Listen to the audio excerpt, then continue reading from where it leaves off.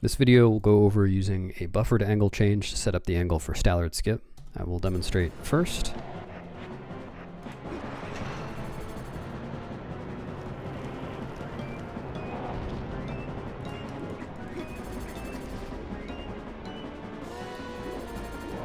And from here I can just carry on with the trick as I normally would if I had used the claw shot setup.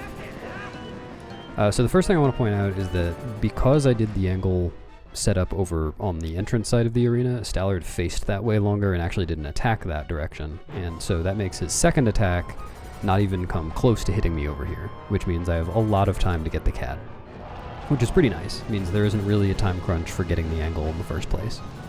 And it makes it more common to not have to use the boomerang at all, or to use it, less often than you would otherwise. So that's pretty nice. There are a few things to talk about beyond, just showing it, which are getting the angle in the first place, avoiding these attack spinners here, and getting up onto this ledge in a good way. So let me go back to the beginning.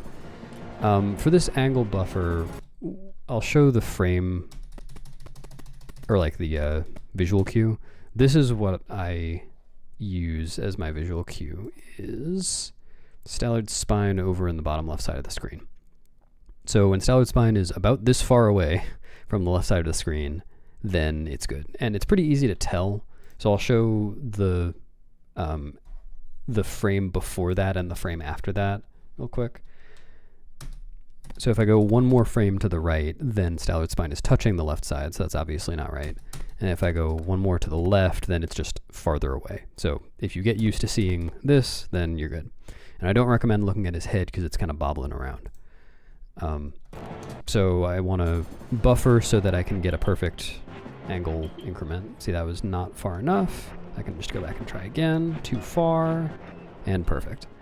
Okay, now the amount of buffering you have to do before you get it right determines what you do at this point.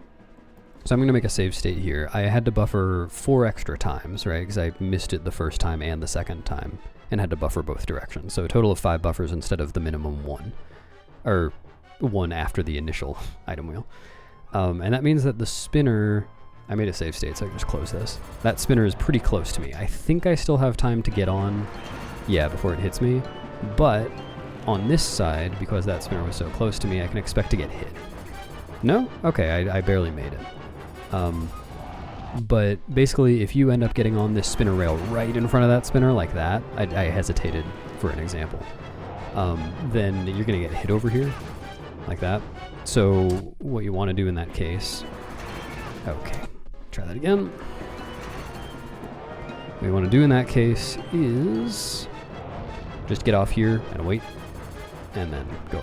Because if you get hit by the spinner, it'll change your angle, and then you have to go over and do the claw shot setup anyway. So that was with some extra angle buffering. If I get it first try, and I'm just going to pretend here, yeah, that's the wrong angle, but I'm going to pretend it's right. If I get it first try and I just get on the spinner rail, I don't need to worry about that. And if I get it second try, it also is fine. It's like third try and beyond where you have to worry about this spinner. Yeah, so that's all you have to know about that. Basically, the spinner on this, at this point, will tell you what you need to do on the other side. Then, when you get to the other side... Oh, good. Got the right angle. Here, let me make a save state here. You want to get off the spinner here and then side hop up. And the reason for that is that if you get off somewhere else and then roll, you can bonk. Sometimes you do, sometimes you don't. I'm getting 2 bonks. I'm not sure what it depends on. It's like distance from the rail or something. But yeah, sometimes you don't bonk. But anyway, you don't want to roll, you want to side hop. And then if you side hop... nice. Let me actually just make myself invincible so I can show this more easily. If you side hop right here in this corner, then you can get this kind of slipping animation off this ledge. Come on. Come on. Of course, I can't get it now. Happens every time in run. There we go. Okay, so that automatically happened, and that screwed up my angle, so I don't want to side hop there. So basically, I want to get off right here, side hop up, and then I'm over here. As long as I'm out of the way, I can do my angle turns. I don't need to do the roll first. What I like to do is a roll, and then once I do my angle turns, I do 2 backflips into the corner. But instead, you could just stay over here without the roll, do your turns, get your angle, and then do 3 backflips into the corner. Whatever you like.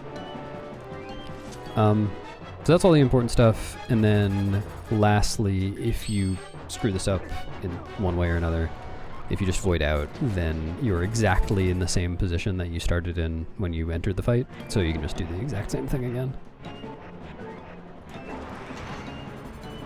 And this was second try, so I should be fine on the spinners. Looks good. And I can go on with the trick.